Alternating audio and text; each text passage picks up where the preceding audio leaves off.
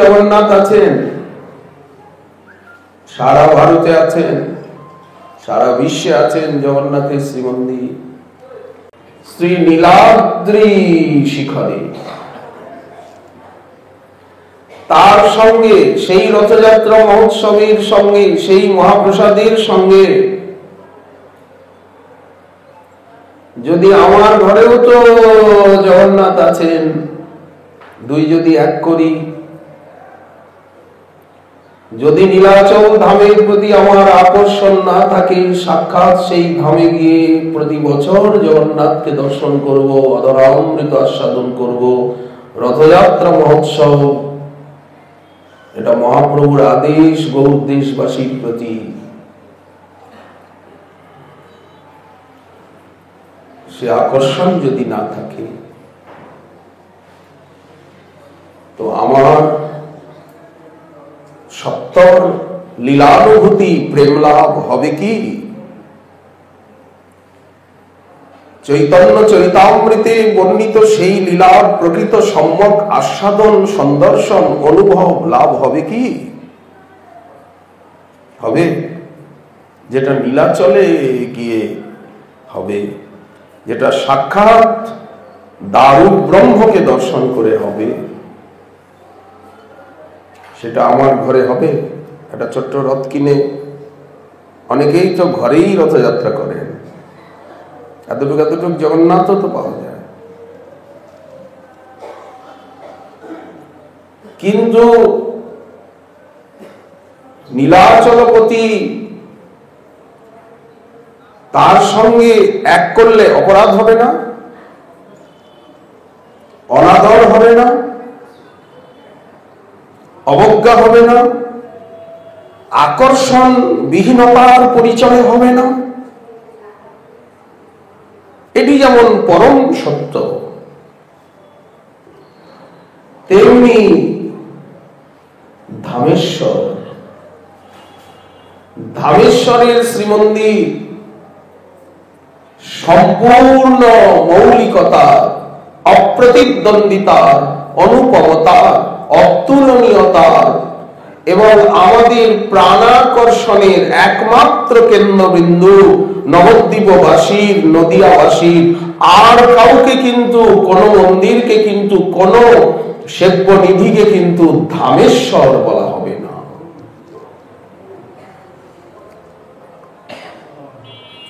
বলা হবে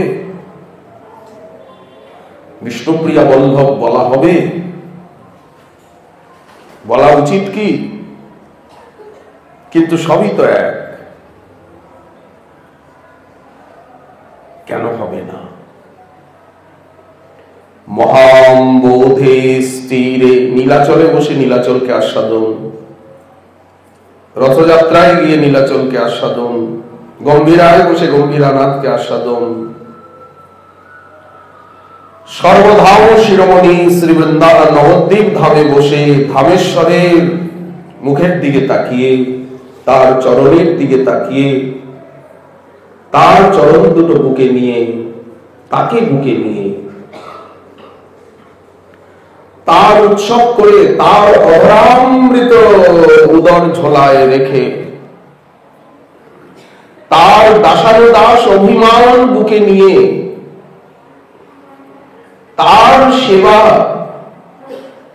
সম্ভার আনুকূল্য করতে করতে যে আনন্দানুভূতি, যে প্রেম প্রাপ্তির সহজতা সুলভতা, যে আস্বাদন, যে মৌলিকতা, যে শক্তি, যে প্রশান্তি লাভ হবে, ওই গঙ্গার ওপারে কৃষ্ণনগরে গিয়ে সেটা হবে কি?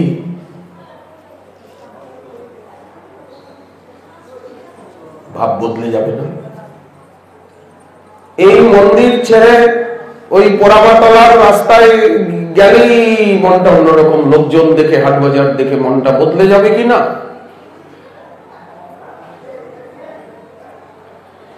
নবদ্বীপ ধামে বসে আছেন, যেই কৃষ্ণনগরে গিয়ে পা দেবেন, নবদ্বীপ ধামের সীমার বাইরে যাবেন, সঙ্গে সঙ্গে আপনি, আপনার মন সব কিছু চিৎপাত হয়ে পড়ে যাবে, বদলে যাবে। এই পরম সত্যকে যারা জেনেছেন তারা ধামনিষ্ঠ, তারা সেবানিষ্ঠ, তারা মনে করেন যে বিষ্ণুপ্রিয়া বল্লভীর চরণ ছেড়ে তার মুখারবিন্দ, চরণারবিন্দ, তার সঙ্গ সান্নিধ্য, তার অধরামৃত, তার কথামৃত, তার ভক্ত সঙ্গামৃত ছেড়ে আমি প্রাণ গেলেও ধামের বাইরে যাব না।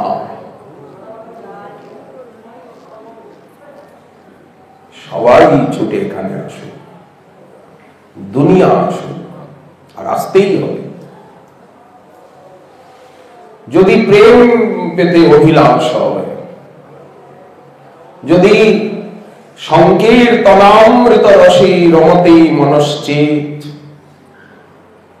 প্রেমাম্বুধ বিহরণে যদি চিত্তবৃত্তি, সংসার সিন্ধু তরণে হৃদয়ং যদি স্যাৎ,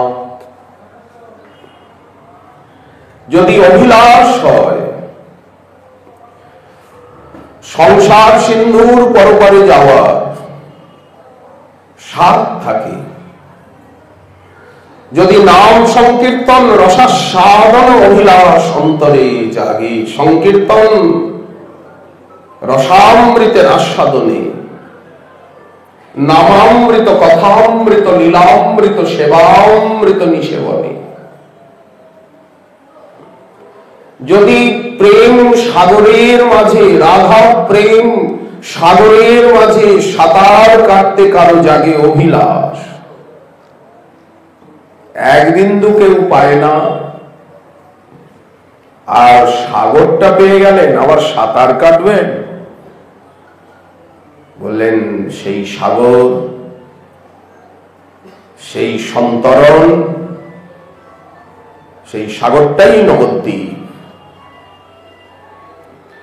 আর সেই সন্তরণ, গৌরলীলা, গৌর কথা আস্বাদন, চৈতন্য চরিত্র শুনো, গৌর কথা শুনো, শ্রদ্ধা ভক্তি করি, আর এই যে হিংসা, দেশ, আমি, আমার, এই শত্রু, আর কেউ শত্রু নাই,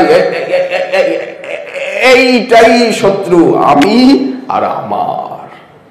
এটা কবে মরবে? এর মৃত্যু কবে হবে? এই যে এই শত্রুকে ধরা গেছে, শত্রুটা আর কেউ নয়, আমি আমি আমি আমি আমি আমি। কাকে দেখিয়ে বলছি? এই মাংসের চামড়ার রক্তের থলিটাকে দেখিয়ে বলছি আমি আমি আমি আমি। এটা আমি হতে পারি? এই মাংসের পুতুলটা, মাটির পুতুলটা এর থেকে অনেক ভালো। মৃন্ময় প্রতিমা এর থেকে অনেক ভালো, কিন্তু এই শরীরটা সব সময় যন্ত্রণাদায়ক, সব সময় দুঃখের আলয়, এবং সব সময় অমঙ্গল, এবং সব সময় মলমূত্রের একটা থলি। শরীর নিয়ে এত অহংকার, এত অভিমান, এই শরীরকে নিয়ে এত সাজানো, এত ঘষাঘষি, এটাই তো মূর্খতা। কাকে মূর্খ বলে? উদ্ধব মহাশয় প্রশ্ন করছেন, কোন মূর্খ হ? মূর্খ বললেন যে এই দেহ এবং দেহাভিমানে উন্মত্ত। ভাগবতে মূর্খ কাকে দেখানো হয়েছে? রঘুগণকে। আর জ্ঞানী কাকে দেখানো হয়েছে? জড়ভরতকে, মহর্ষি দত্তাত্রেয়কে, মহর্ষি মৈত্রেয়কে, উদ্ধবকে, শুকদেবকে, সুত গোস্বামী চরণকে। তারাই তো বলছে। ব্রহ্মাকে, নারদকে জ্ঞানী দেখানো হচ্ছে। বাকিরা ভুল পথে চলছেন, ভুল করছেন, ভুল লিখছেন, প্রমাদ করছেন, এরা সংশোধন করে দিচ্ছেন। মূর্খ কাকে দেখানো হয়েছে? হিরণ্যকশিপুকে। জ্ঞানী কাকে দেখানো হয়েছে? প্রহ্লাদকে, অম্বরীশকে। মূর্খ কাকে দেখানো হয়েছে? যজাতিকে।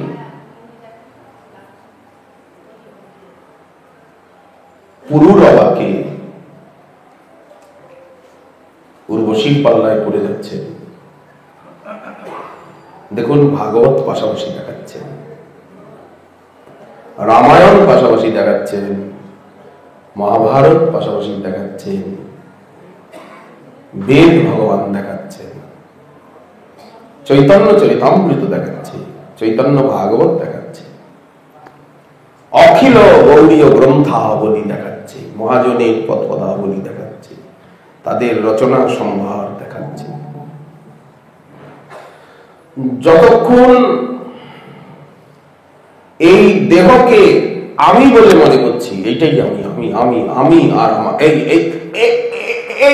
এইটাই শত্রু, এইটাই প্রাচীর, এইটাই রোগ, এইটাই কোভিড-19, এইটাই হচ্ছে মারাত্মক মহামারী, ছোঁয়াচে রোগ। সেটা কি? আমি আমি আর আমার আমার আমার আমার আমার আমি আমার। ভাগবতের বারবার নিন্দা করছে, গীতা বারবার নিন্দা করছে। সমগ্র সনাতন ধর্ম, সমগ্র পরম ধর্ম, দুটি ধর্ম তো, সনাতন ধর্ম, পরম ধর্ম। পরম ধর্ম হচ্ছে ভক্তি। সবাই নিন্দা করছে না দেহবাদে? কংসকে মূর্খ দেখানো হচ্ছে। সমস্ত প্রলম্ব বকচানুর ত্রিনাবর্ত মহাশনৈ মুষ্টিকারিষ্ট দ্বিবিধ পুতনা কেশিধে দুকই। জরাসন্ধকে মূর্খ দেখানো হচ্ছে, দুর্যোধনকে দেখানো হচ্ছে। এমনকি তাদের পাল্লায় পড়ে গিয়ে ভীষ্ম, দ্রোণাচার্য, কৃপাচার্য, অশ্বত্থামা বলেন, তাদেরকে ভগবান শ্রীকৃষ্ণ দূরে ঠেলে ফেলে দিচ্ছেন। সূর্যপুত্র কর্ণকে পর্যন্ত মেরে ফেলছেন, ছলে বলে কৌশলে জরাসন্ধকে মেরে ফেলছেন, শিশুপাল দন্তবক্রকে মেরে ফেলছেন।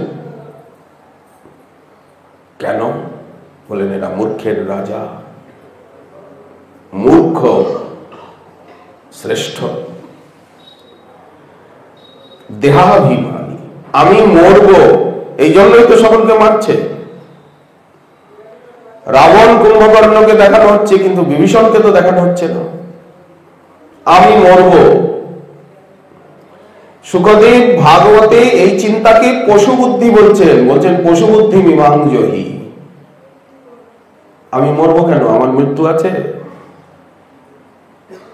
আমার মৃত্যু নাই। গীতার 2য় অধ্যায়, গীতার আরম্ভ এখানের থেকেই হচ্ছে। আমরা কেউ মরি না, আমরা কেউ মরব না, আমরা কেউ ছিলাম না এমন নয়, আমরা কেউ থাকবো না এমনও নয়। সর্বে বয়মতঃপরম নহন্যতে হন্যমানে শরীরে। ঘাতয়তি হন্তি কম, কে কাকে মারে, কে কাকে মারবে, কার ক্ষমতা আছে। নদী যেমন কুলকে ভাঙে, বলেন তেমনি কাল এই শরীরকে ভেঙে দেয়। শরীরটা থাকবে না, একটা নতুন শরীর পাবো। এই কাপড়টা এখন ঘামে ভিজে গেছে, এখন এই কাপড়টাকে খুলে সঙ্গে সঙ্গে ডিটারজেন্ট পাউডারে সার্ফে ভেজাতে হবে, সাবান দিয়ে স্নান করতে হবে। এটা যেমন পবিত্রতা, এটা যেমন সদাচার। এখন ঘেমে গেছি, গর্মাক্ত শরীরে ঠাকুরের সেবা হবে না, এই কাপড়ে হবে না। স্পর্শ দোষ হয়ে গেছে, অনেকের সঙ্গে স্পর্শ হয়ে গেছে, পা ধুইনি, শ্রীমন্দিরে যেতে পারবো না, ভগবত সেবা করতে পারবো না।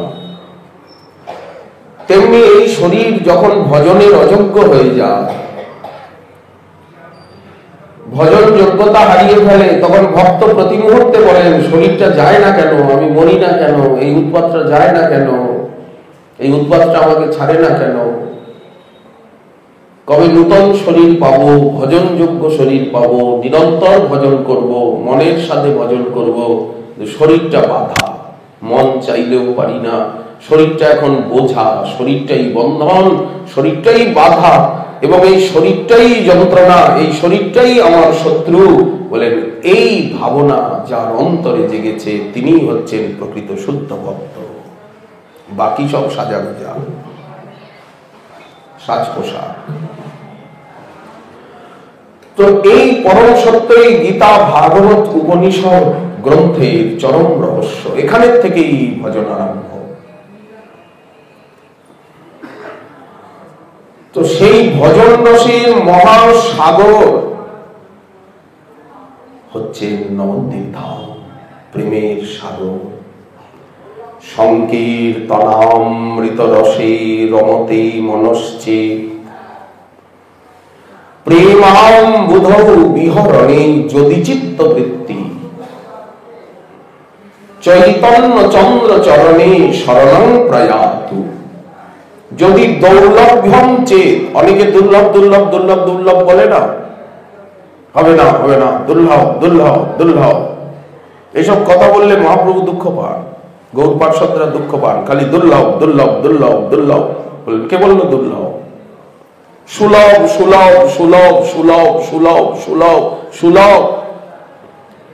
কিন্তু কখন সুলভ? গৌর কথা বললে সুলভ, গৌর নাম নিলে সুলভ। নবদ্বীপ ধাম বাসী হলে, নবদ্বীপ ধাম সমাশ্রয়ী হলে, নবদ্বীপের রাস্তার কুকুর বেড়াল হলে, ভাবেশ্বরের মন্দিরের বিড়াল, যদি বিড়ালগুলো এদিকে ওদিকে যাচ্ছে, রাস্তায় কুকুরগুলো পড়ে আছে, বললেন আমি যখন ওই দেহ পাবো এবং ওই ভাব পাবো, ওই স্বভাব পাবো, সেদিন নিত্য নবদ্বীপ ধাম আমাকে চিরতরে অঙ্গীকার করবে। সেই নিত্য নবদ্বীপ লীলা আমার অন্তরে প্রকাশ পাবে।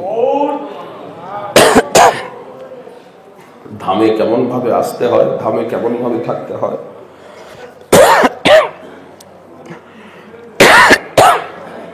কুকুর বেড়ালের মতো সেজে গুজে না। কেমন সেজে গুজে আসনে বসেছি, এটা পরিপাটি নয়। কুকুর বেড়াল হয়ে ধামে পড়ে থাকতে হয়। এই জন্য বৃন্দাবন মহিমামৃতম, নবদ্বীপের যে মহিমা তার অনুভব কখন হবে? ওই জন্যই বলা হচ্ছে বৈষ্ণবের দ্বারে যদি, ভক্তের দ্বারে যদি হইতাম কুকুর, এঠো দিয়ে তরাইতেন বৈষ্ণব ঠাকুর। ভক্ত তরাতেন তাভিমানে, দাসানুদাস অভিমানে দরজা খুলবে না, দরজার তালাই চিরবন্ধ। প্রেম মন্দিরে, প্রেম সাগরের তীরে যাওয়া যাবে না। তো সর্বধাম শিরোমণি এই নবদ্বীপ ধাম। ধামেশ্বরের দিকে তাকিয়ে তার অধরামৃত দর্শনামৃত কৃপামৃত নিষেচনে অনুভবামৃতে ডুবে গিয়ে, দেখুন যারা দুর্লভ দুর্লভ বলে কঠিন কঠিন কঠিন কঠিন, শিক্ষক যদি বলে কঠিন কঠিন, পারবে না, তোমার দ্বারা হবে না, তুমি অঙ্কে ফেল করবে, নিশ্চয়ই এই বছর ফেল করবে, তুমি নিশ্চয়ই ইংরেজিতে কিছুতেই পাস করতে পারবে না, তোমার দ্বারা হবে না, যদি মনোবল ভেঙে দেয় শিক্ষকরা, তখন ছাত্র বলবে যদি পাস যদি করতেই না পারি, আর যদি আমার মাথায় না ঢোকে তাহলে ঘুমানোই ভালো, ঘুমাই, নাকে সর্ষের তেল দিয়ে ঘুমাই। আজকাল আরো বেরিয়েছে, বলে নেই নিয়ে একেই হৃদয় ধরে, একেই গুরু মেনে, সর্বস্ব মেনে, প্রাণ মেনে, জীবন মেনে, আর এর মধ্যেই এই আমার গুরু, এই পড়াশোনা, এই গ্রন্থ, এই সব দিন রাত সারা রাত এই করব, এই মাতা, এই পিতা, এই প্রাণ, অন্য না পেয়েও বাঁচতে পারবো, কিন্তু একেই গলায় ঝুলিয়ে, না হলে মরেই যাবো, এটা যদি কেউ কেড়ে নেয় না আমার হাত থেকে, তাহলে আমি প্রাণে মরেই যাব, মণিহারা ফণি, যেন মাথার থেকে মণি চলে গেল, এতটা ভালোবেসে ফেলেছি। এই জায়গায়, এই আবেশে যদি ওনাকে বসানো যায়, নবদ্বীপ ধামকে বসানো যায়, তাহলে কিন্তু আর দুর্লভ দুর্লভ নয়, যে গৌরাঙ্গের নাম লয় তারই হয় প্রেমোদয়। তাহলে দুর্লভ কোথায়? যারা মহাশয় দুর্লভ বলেন তারা সম্পূর্ণ বিপরীত এবং বিরোধী ভাবে বোঝান, তারা শ্রদ্ধা ভক্তির থেকে বহু কোটি মাইল দূরে। যারা বলেন দুর্লভ, কঠিন কঠিন, বহু কষ্ট করতে হবে, বহু কষ্ট করতে হবে, তারা মহাজনের সিদ্ধান্তের থেকে কোটি মাইল দূরে এবং মহাজনের আচার্যের গৌরাঙ্গের করুণার সাক্ষাৎ বিরোধিতা করেন। করুণাকে অবিশ্বাস করে নিজের সাধন, নিজের গায়ের জোর, নিজের বিদ্যা, নিজের পাণ্ডিত্য, নিজের আভিজাত্য, তার উপরে বিশ্বাস করেন। গায়ের জোরে পাবো প্রেম, বললেন না, কৃপার জোরে পাবো।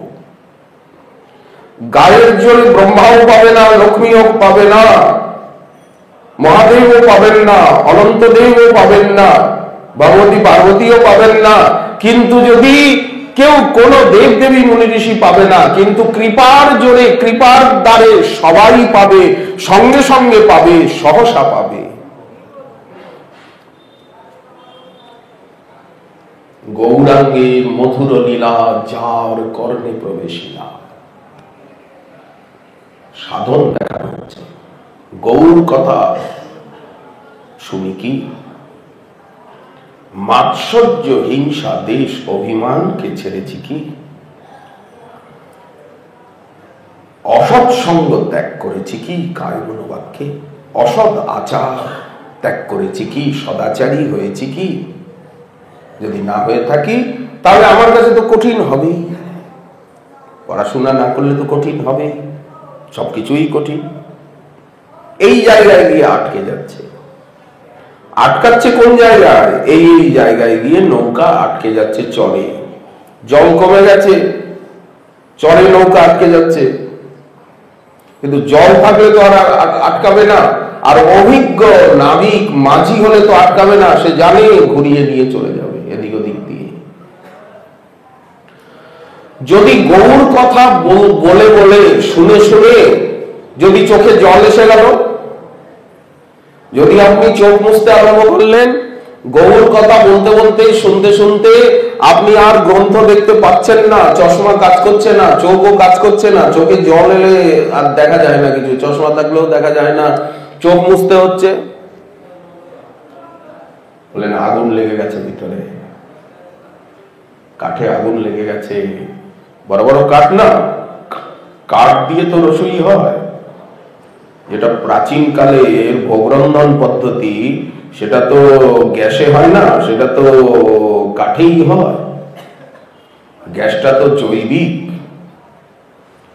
আর কাঠটা তো শুদ্ধ পবিত্র। তো ওই জন্য এখন কাঠ প্রথমে তো ধুয়ো হয়, আবার ভেজা কাঠ দিয়ে গেছে বর্ষাকাল। ভাই রে ভাই, প্রথমে তো ধোয়া হয়, ধোয়াটাই হচ্ছে অবিশ্বাস, অনাদর, অশ্রদ্ধা, অবজ্ঞা, সংশয়, সন্দেহ। ধোয়া তো হবেই। এইবার যখন আগুন ভিতরে চলে গেল, যখন আগুন জ্বলে উঠলো, তখন আর চিন্তা নাই। শুকনো, ঘুটে শুকনো আছে, কাঠ শুকনো আছে, আগুন ধরে গেছে, এখন আর রসিয়ে কষ্ট হবে না। কড়াই গরম হয়ে গেছে, ব্যাস, তেল গরম হয়ে গেছে, ছাড়ো, পুরি ছাড়ো, তাড়াতাড়ি হয়ে যাবে। এটা কি কি বলা হলো না, গৌরাঙ্গ গুণেতে ঝুড়ে। গৌর কথা বলতে বলতে যদি চোখে জল এসে গেল, যদি আপনি চোখ মুছতে আরম্ভ করলেন, ঘেমে নিয়ে অস্থির হলেন, দেহ পুলকিত হলো, শরীর থরথর করে কাঁপতে লাগলো, সবকিছু ভুল হয়ে গেল, মনটা স্থির একাগ্র হয়ে গেল, সর্বাত্মস্নপনম। যদি ভালো লেগে গেল, গৌর ছাড়া কিছু ভালো লাগছে না, গৌর কথা ছাড়া কিছু ভালো লাগছে না, গৌর ভক্ত ছাড়া কিছু ভালো লাগছে না, তাই বলে কি উনি ঝগড়া করতে যাচ্ছেন, না কাউকে ঠেলা দিতে যাচ্ছে, না ধাক্কা দিতে যাচ্ছেন, তা যাচ্ছেন না। সকলকে সম্মান, সকলে মানদ, আপনে অমানি হয়ে আশ্বা দিব নাম রসসা। কায় ভগবানকে ত্রিনাথী শ্লোকে মহাপ্রভুর আজ্ঞার পালন করছেন, যাজন করছেন, তাতে তিনি, ওটাই তো আমাদের চক্রব্যূহ। আমরা ত্রিনাথী শ্লোক রূপী চক্রব্যূহের মাঝখানে থাকব। ওই জন্যই তো দ্রোণাচার্য চক্রব্যূহ করলেন। কেন চক্রব্যূহ করলেন? কেন দুর্গ, কেন রাজপ্রাসাদ? বলেন মহাপ্রভু চক্রব্যূহ করে দিয়ে গেছেন, হাতে ব্রহ্মাস্ত্র দিব্যাস্ত্র দিয়ে গেছেন, এক হাতে হরিনাম, এক হাতে ভাগবত। ভাগবত পর সদা লহ কৃষ্ণ নাম, ভক্তি গ্রন্থ পর সদা লহ কৃষ্ণ নাম। এই ব্রহ্মাস্ত্র রয়েছে, দিব্যাস্ত্র রয়েছে। আর চক্রব্যূহ কি? দীনতা, মানদত্ত, অবিচারে সকলকে সম্মান, অবিচারে সকলকে প্রণাম, অবিচারে সকলকে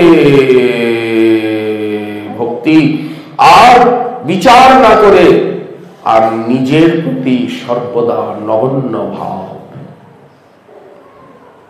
এই হচ্ছে চক্রব্যূহ, এই হচ্ছে দুর্গ, আর এই হচ্ছে সাধন।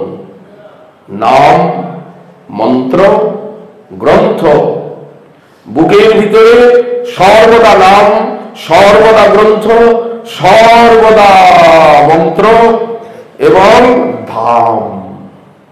ধাম ছেড়ে কোথাও যাব না, প্রাণ যাই যাক, ধামেই মন। সিদ্ধ চৈতন্য দাস বাবা যাবেন, ভগবান দাস বাবা ওনাকে নিতে এসেছেন, সেখানে গরুর গাড়ি করে যাওয়া, বেলের গাড়ি। তো উনি তখন এই মন্দিরে শ্রীমান মহাপ্রভু বিরাজমান সিদ্ধ হওয়ার সময়ে। তো উনি ওই দেহরিতে ওই দ্বারে গিয়ে মূর্ছিত হয়ে পড়ে গেলেন। মূর্ছা এসে গেল কাঁদতে কাঁদতে, যে আমি যাচ্ছি, আমার প্রিয় বান্ধব ভগবান দাস বাবা আমাকে নিতে এসেছেন। বললেন, চৈতন্য দাস বাবা আপনি তো, তুমি তো, ওনাকে ওইভাবে বলতেন যে দিদি, বোন, এসব বললে উনি আনন্দ পেতেন। বলতেন, বোন, দিদি, তুমি তো কোনো তীর্থ ভ্রমণ করো নাই, সোজা নবদ্বীপে এসেই পড়ে আছো, চলো তোমায় ঘুরিয়ে আনি, আমরা ঘুরতে ঘুরতে সোজা বৃন্দাবন পর্যন্ত যাব, চলো তুমি। উনি বারবার বলেন, আচ্ছা যাব, ঠিক আছে, আপনি যখন বলছেন যাব যাব, কিন্তু সঙ্গে সঙ্গে মন বলে যাব না, যাব না, যাব না, যাব না, যাব না। আমার দরকার নেই, দরকার নেই, দরকার নেই। সর্বসিদ্ধি গোবিন্দ চরণ। উনি কালনাথ থেকে গরুর গাড়ি নিয়ে এসেছেন, ওনাকে নিয়ে যাবেন, এই দিক দিয়েই যাবেন কাটোয়া হয়ে, এই যাওয়ার রাস্তা। তো কিন্তু উনি দরজায় গিয়েই অনেকক্ষণ কান্নাকাটি করলেন, দরজায় গিয়ে মূর্ছিত হয়ে পড়ে গেলেন। যখন বহু শুশ্রূষার পরে চেতনা এলো, তখন কালনার সিদ্ধ ভগবান দাস বাবা বললেন, তোমাকে আর কোথাও যেতে হবে না বন্ধুবর, তুমি এখানেই সবকিছু পেয়ে গেছো, এখানেই তোমার সবকিছু মিলে গেছে। আমারই ভুল হয়েছে, আমারই অন্যায় হয়েছে তোমাকে অনুরোধ করা, প্রার্থনা করা, এইভাবে গাড়ি নিয়ে আসা। আসলে তোমার যে এত অনুরাগ, এত প্রেম, আমি এটা বুঝতে পারিনি, এর জন্য আমি অনুতপ্ত। গৌড়ীয় বৈষ্ণব জীবনে লেখা আছে, সিদ্ধবাদ জীবনে। কেন? এই হচ্ছে আমাদের পথ, এই হচ্ছে আদর্শ, এই হচ্ছে প্রেম, এই হচ্ছে ডোবা। ধামেশ্বরের অধরামৃত ছাড়া একবার কোন বৈষ্ণব ওনাকে নিমন্ত্রণ করেছিল, উনি প্রসাদ পেলেন। বৃদ্ধাবস্থা, বৈষ্ণবের প্রার্থনায়, ভক্তের অনুরোধে ওনার ভজনে মন লাগছে না, বৃদ্ধ বয়সে শরীরে কামোত্তেজনা যাচ্ছে। তখন উনি বিষয়টা নিয়ে চিন্তা করলেন, তদন্ত করলেন, কেন আমার এমন হচ্ছে? বৃদ্ধ বয়সে দুশ্চিন্তা, দুর্ভাবনা আসছে। তখন ধামেশ্বরের কাছে এসে আর 10 হাত নাকে খত দিলেন। নাক রোগরে সেকালের দিনে তো সবাই দণ্ডবোধ করতেন কাপড় চোপড় খুলে। এইবার গায়ে কাপড় না নিয়ে এবার 10 হাত নাকে খত দিয়ে উনি দণ্ডবোধ করে নাক ঘষে 10 হাত এই মন্দিরের অবধি গেলেন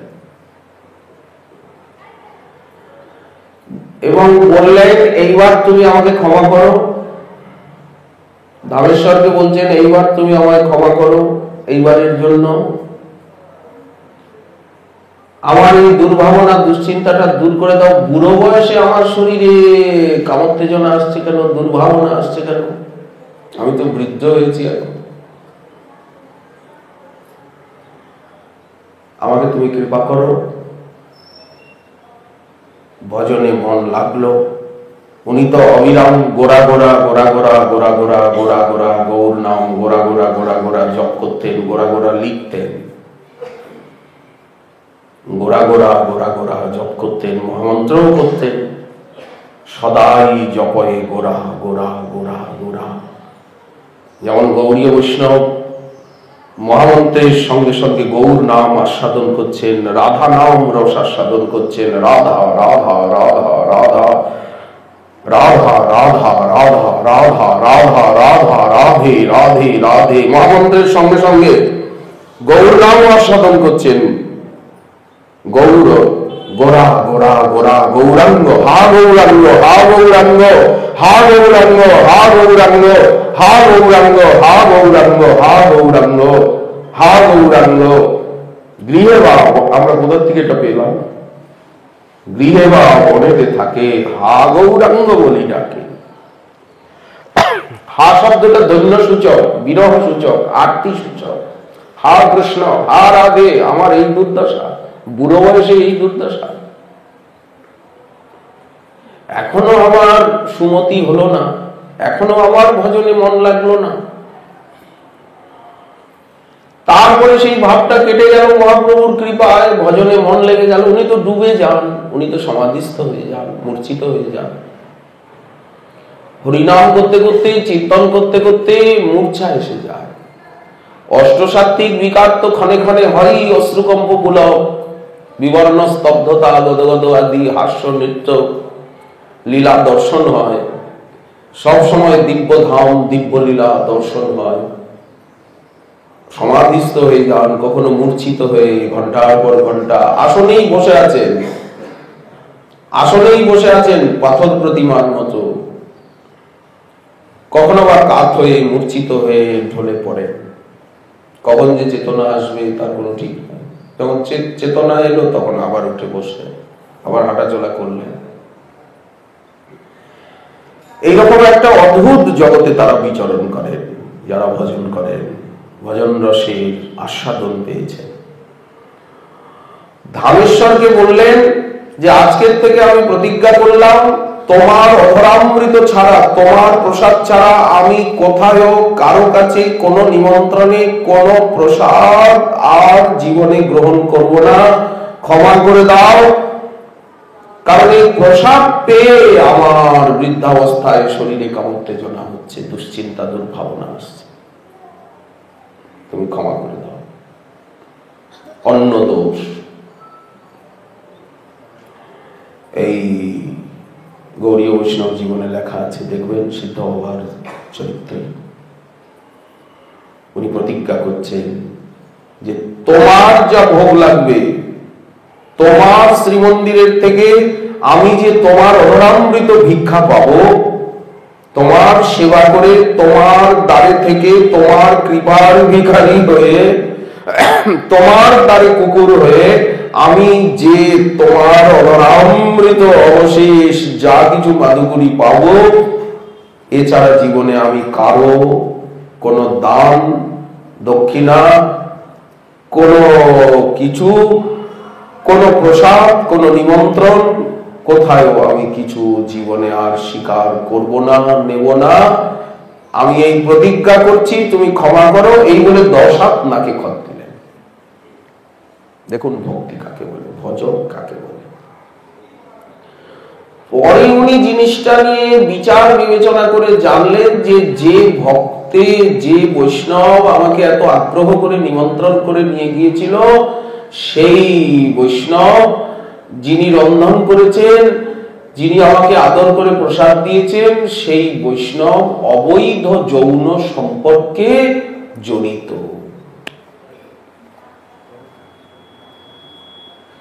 তার হাতের প্রসাদ, তার রান্না করা প্রসাদ, তার ভোগ লাগানো প্রসাদ আমি পেয়েছি বলে উনি তো ভজন সিদ্ধ পুরুষ, উনি তো সবকিছু দেখতে, বুঝতে, অনুভব করতে পারেন। ভক্তি সবকিছু দেখিয়ে দেয়, জানিয়ে দেয়, বুঝিয়ে দেয়। ওই জন্য বৃদ্ধাবস্থায় ওনার এই দুর্ভাবনা এসছে।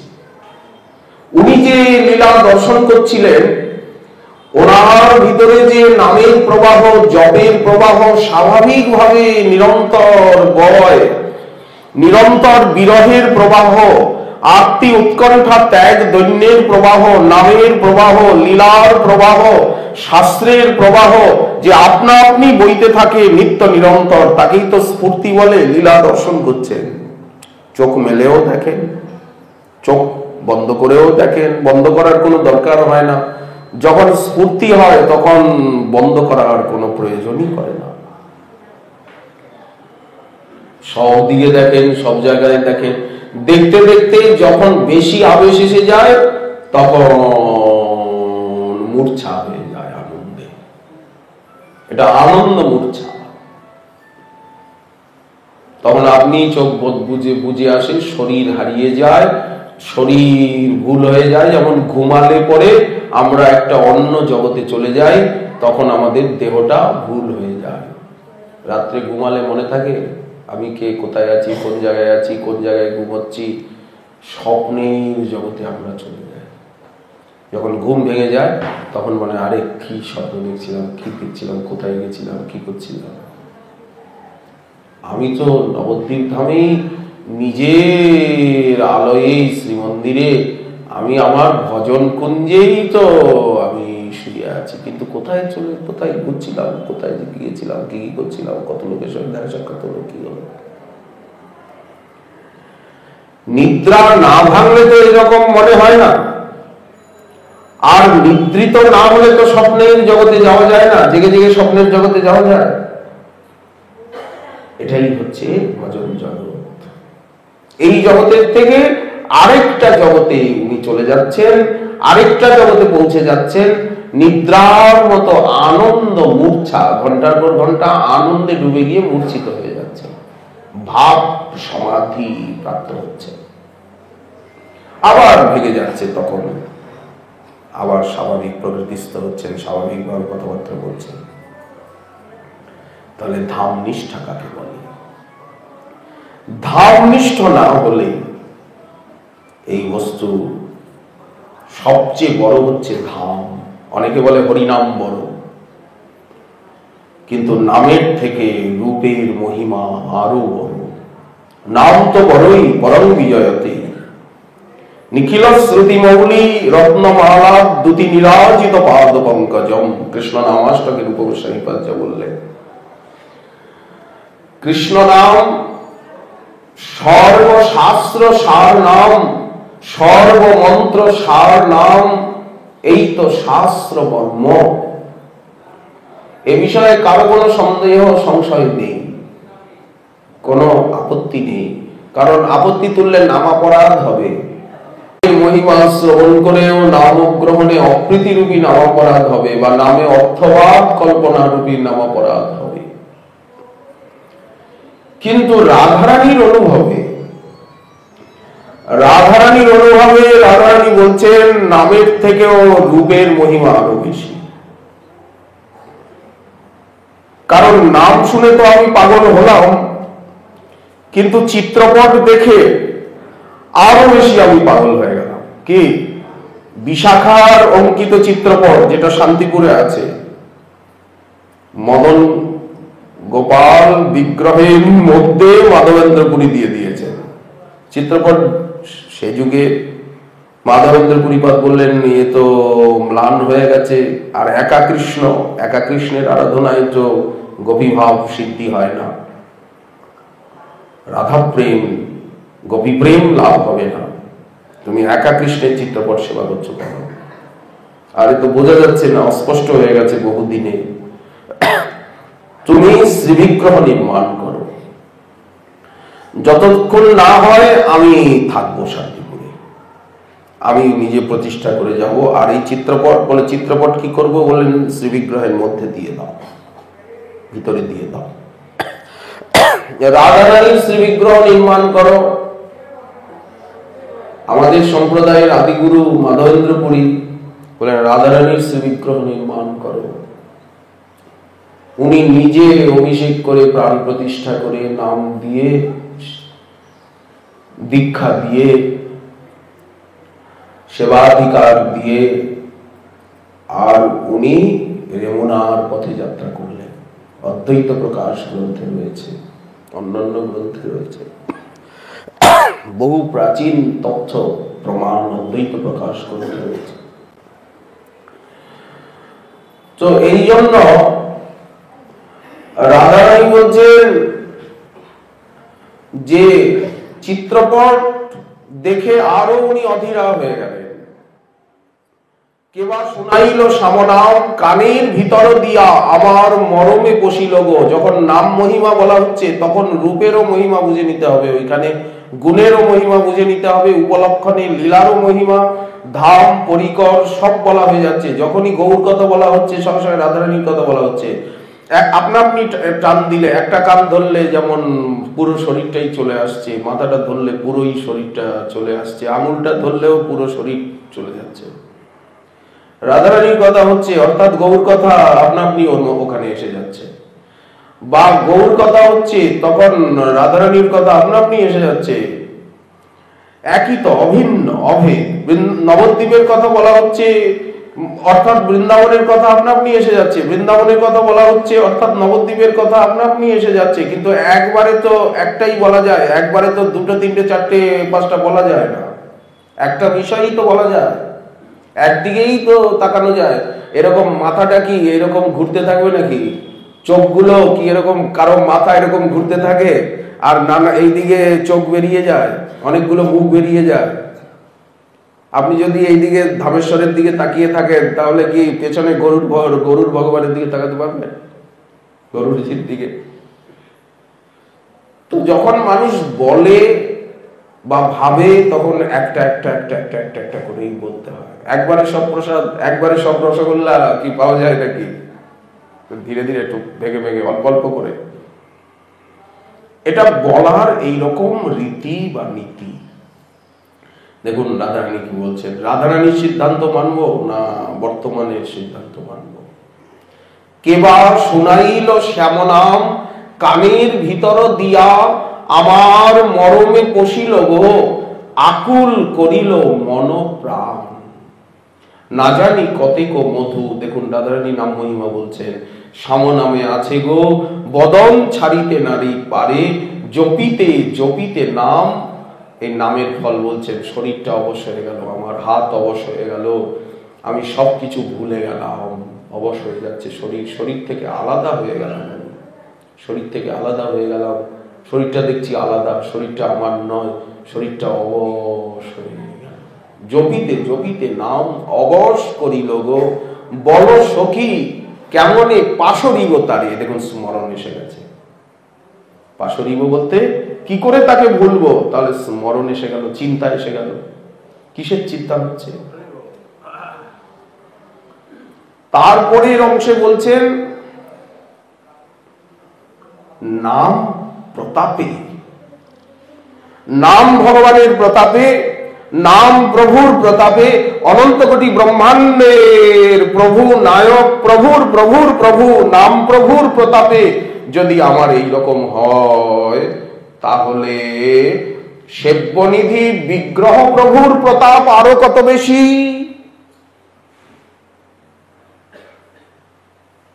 বিগ্রহ প্রভুর প্রতাপ, সেব্যনিধির প্রতাপ আরো বেশি। বলে কি করে বেশি? বলে রাধারানী প্রমাণ দিচ্ছেন, রাধারানীর উপরে তো জগতে কেউ নেই, উনি তো গোবিন্দেরও গুরু।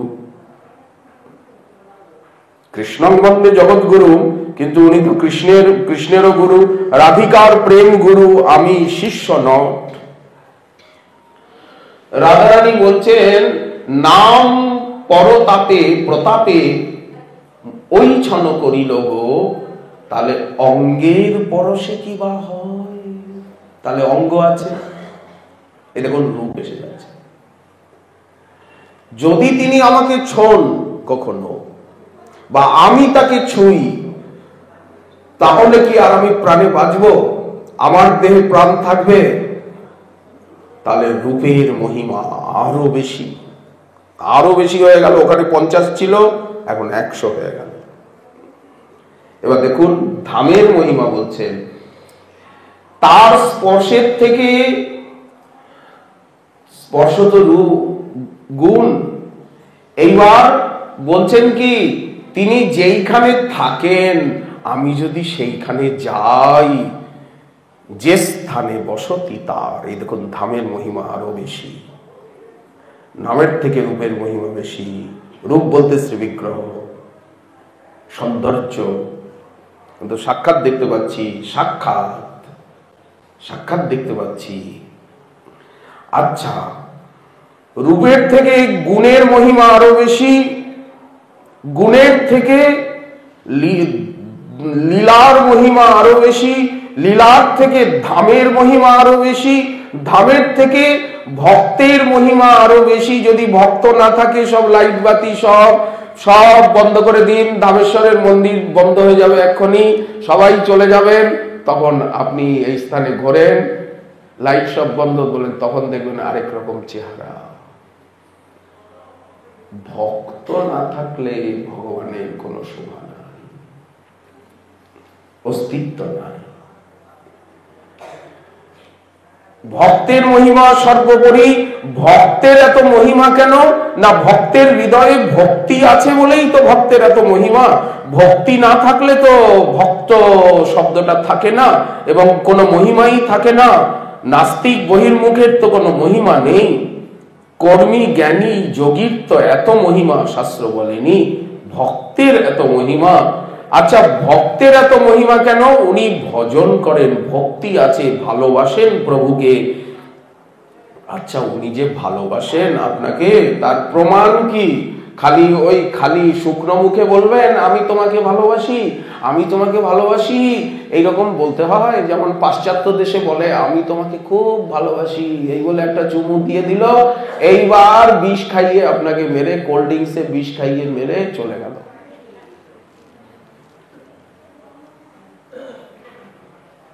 হলো? কি ভালোবাসা বলে? যে স্থানে বসতি তার।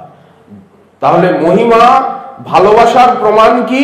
ভালোবাসার প্রমাণ হচ্ছে আনুকূল্যাভিলাষ। আমি সর্বতভাবে তোমার অনুকূল হব। সৌহার্দাভিলাষ, আমি সর্বভাবে তোমার সুহৃদ হব। তমেব সর্বম মম দেব দেব। আর একটা কি? প্রাপ্তাভিলাষ, আমি তোমাকে পাবো। আর একটা কি? সেবাভিলাষ,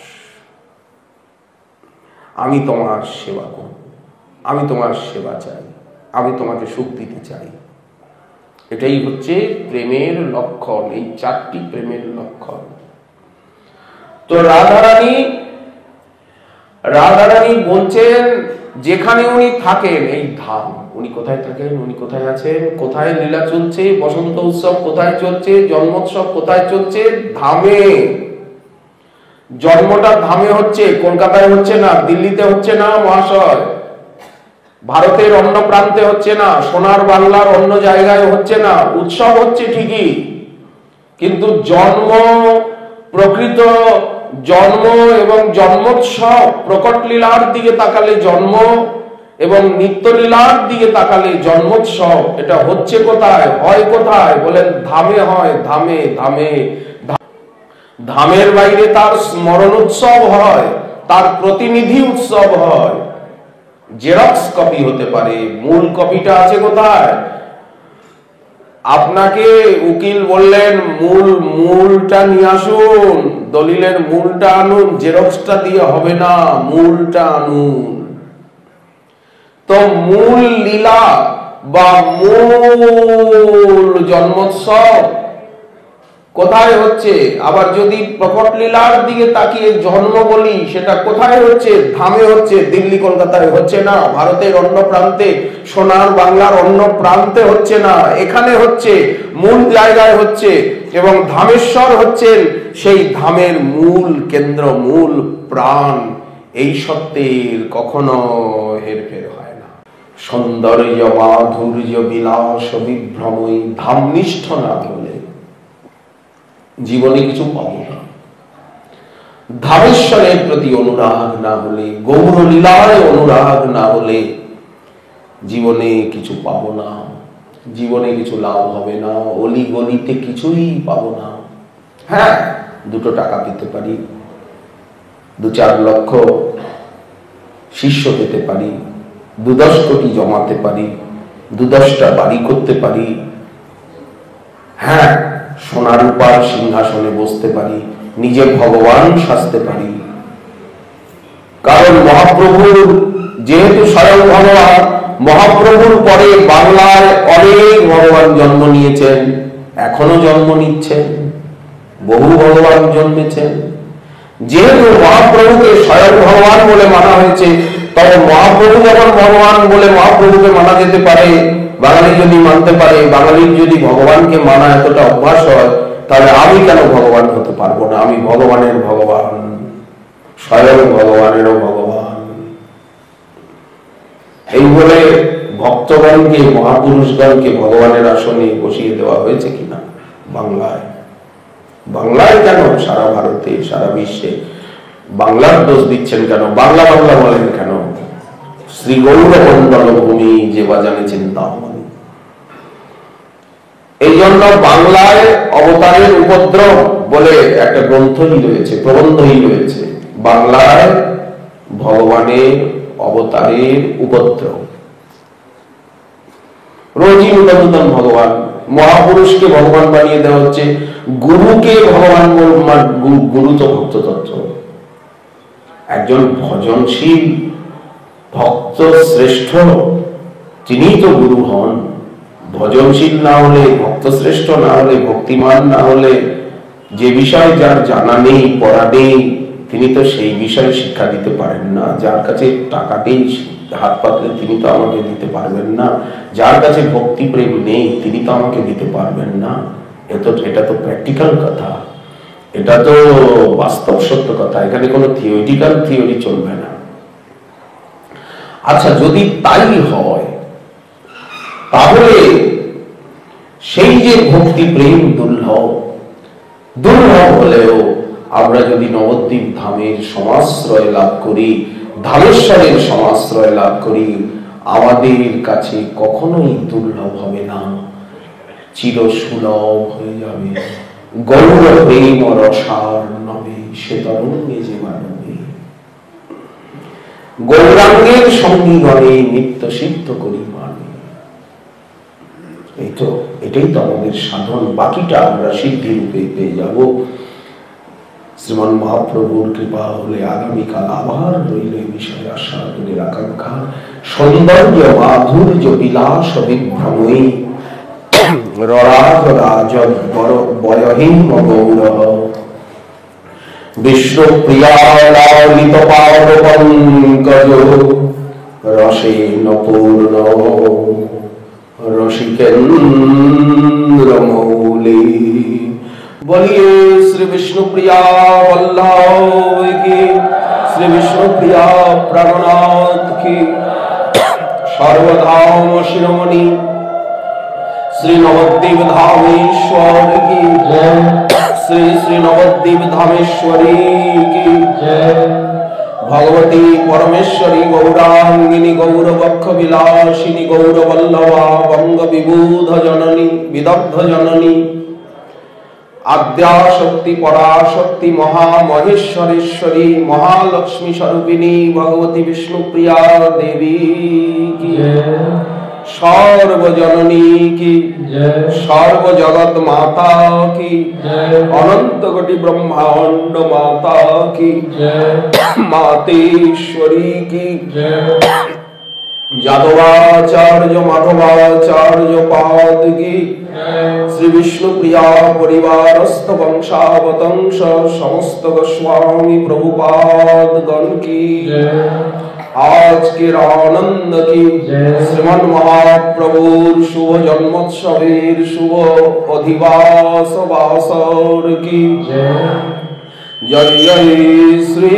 राधे अनंतानंत प्रकटा प्रकट गौरव भक्त वृंद की हयाछेन हवेन जत गौर भक्त वृंद की भगवती भागीरथी की नवद्वीप नीलाचल वृंदावन धाम की श्री मदन मोहन गोपीनाथ गोविंद देव की आपन आपन गुरुवर्ग गण की अष्टक स्वामी की श्रीनिवास नरोत्तम समानंद प्रभु की श्री विश्वनाथ बलदेव की समस्त सिद्ध बाबा गण की दीक्षा गुरु शिक्षा गुरु विद्या गुरु वर्ग की समस्त आचार्य वृंद की समस्त अवतार वृंद की समस्त पूज्य जन की जय जय